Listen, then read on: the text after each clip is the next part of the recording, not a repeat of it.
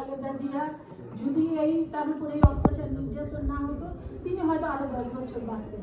কিন্তু আমি জানি না মানুষের এত ভালোবাসা তিনি পেতেন কিনা।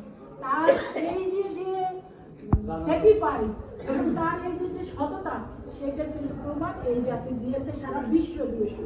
কাজেই আপনারা মনে করবেন আপনার এই বোনের এই সততা কখনো বৃথা যেতে পারে না, আপনার এই নিষ্ঠা কখনো বৃথা যেতে পারে না, আপনার এই বোনের এই ধৈর্য কখনো বৃথা যেতে পারে না।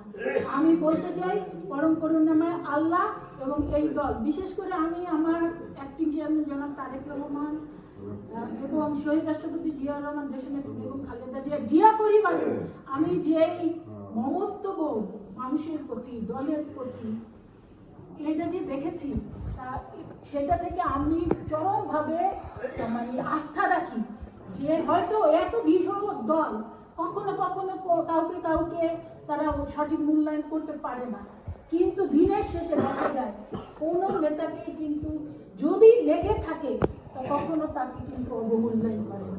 আমরা বিশ্বাস করি যে আমার প্রিয় নেতা কখনোই আমাদেরকে অবমূল্যায়ন করবে না।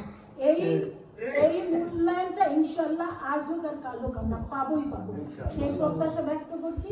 আপনারা শুধু ঐক্যবদ্ধ থাকেন, দলের সাথে থাকেন এবং সকলে মিলেমিশে এই যে যারা